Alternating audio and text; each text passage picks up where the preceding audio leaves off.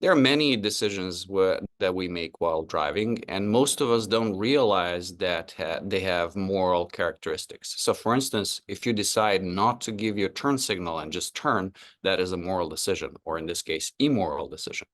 There's also decisions to run a red light or decisions not to allow someone who has right of passage to pass before you if you're driving aggressively.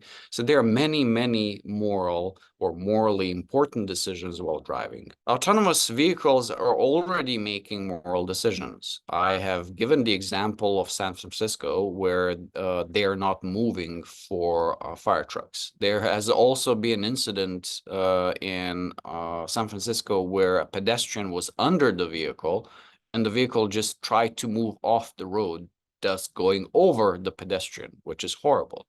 So it is not as if the autonomous vehicle wanted to harm that pedestrian, but the programming of autonomous vehicles is functionally making moral decisions. If there's like a fire going on, the autonomous vehicle is not programmed to appreciate the gravity of the situation, and it just follows the usual rules of the road. And this is something that is a problem, right? We need at least a functional equivalent of moral decision making, or at least a rudimentary functional equivalent of moral decision making before we can allow autonomous vehicles in heavily populated areas. There is this push to use the trolley problem to solve the problem of autonomous vehicles, to basically train autonomous vehicles using the trolley problem.